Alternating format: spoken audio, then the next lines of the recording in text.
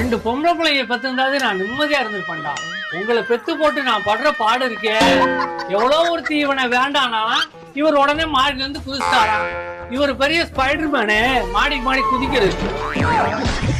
விடுப்பா, ஆனாய் போச்சு, அவ்வளவுதான். நீயே கத்திக்கிட்டு இருக்கா?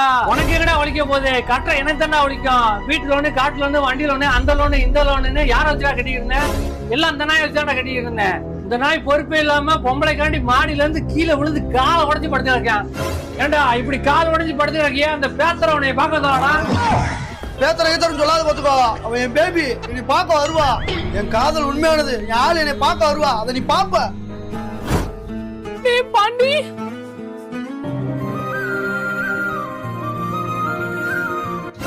என்னமோ சொன்ன, யாழ் என்னை பார்க்க வந்துட்டா பாத்தியா? என் காதல் உண்மையானதுயா.